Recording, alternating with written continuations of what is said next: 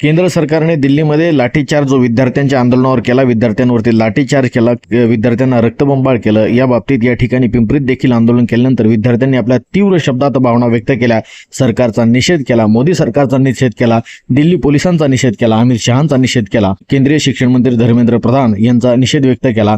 या विद्यार्थ्यांच्या भावना व्यक्त करून झाल्यानंतर आंदोलन वेळेतच संपल्यानंतर पिंपरी चिंचवड शहरातील विविध सामाजिक कार्यकर्ते, ज्येष्ठ विचारवंत, विविध पक्ष संघटनांचे पदाधिकारी आणि पालकांनी आपल्या भावना सांगावा न्यूजवर व्यक्त केल्या।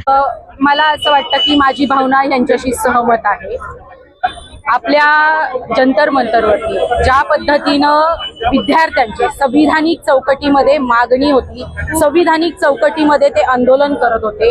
आंदोलनाच्या 3 प्रमुख मागण्या होत्या। सगळ्यात आधी तर होती की धर्मेंद्र प्रधान यांनी, हे जे केंद्रीय शिक्षण मंत्री आहेत, यांनी राजीनामा दिला पाहिजे। जी मागणी अतिशय कायद्याच्या चौकटीत आहे।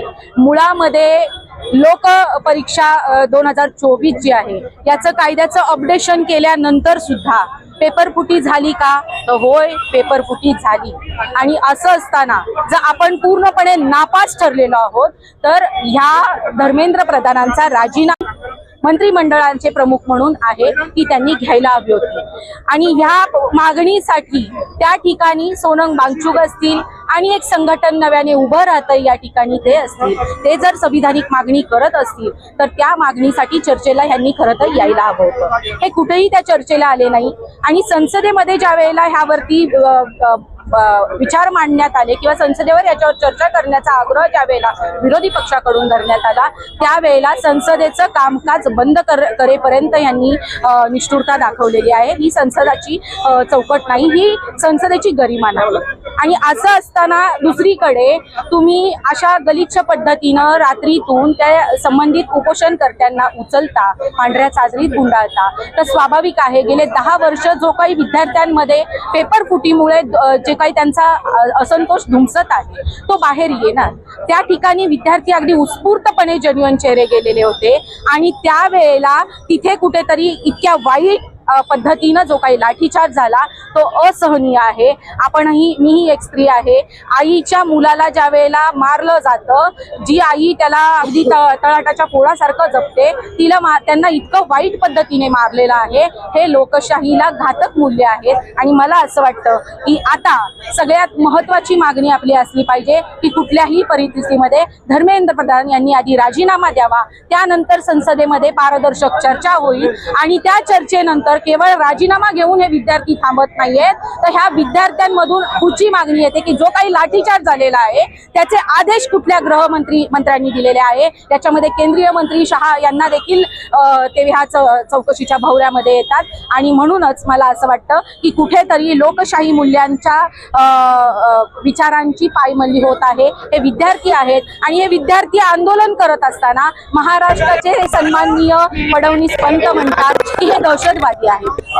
आता आपण जर कॅमेरा सगळीकडे फिरवला, पुण्यामध्ये जर कॅमेरा फिरवला, रादर जंतर मंतरवरती सुद्धा गेले होते, तिथे जर आपण कॅमेरा फिरवला तर अतिशय जेन्युइन चेहरे त्या ठिकाणी आले होते आणि त्यांची मागणी अतिशय संवैधानिक चौकटीत आहे। असं असताना आपण त्यांना म्हणायचं हे देशद्रोही आहेत, हे देशद्रोही आहेत। मुळामध्ये आम्ही आता अशी मागणी केली तर की संविधान चौकटीमध्ये मुळामध्ये तुम्ही जी तुमची कर्तव्य आहेत ती पार पाडत नाही, तुम्ही देशद्रोही आहात असंच म्हटलं तर चालेल का? यामध्ये बावनकुळे महसूल मंत्री जे आहेत त्यांनी देखील काल परवा शब्द वापरलाय की ह्या आंदोलनामध्ये अराजकता आहे। त्यांना कुठच्या स्वरूपाची अराजकता या ठिकाणी दिसते, कुठच्या स्वरूपाचं असंवैधानिक किंवा चुकीच्या पद्धती या आंदोलनामध्ये दिसतात? तुम्ही आंदोलनासाठी त्या लोकांमध्ये, मुलांमध्ये उतरा, त्यांच्याशी संवाद करा।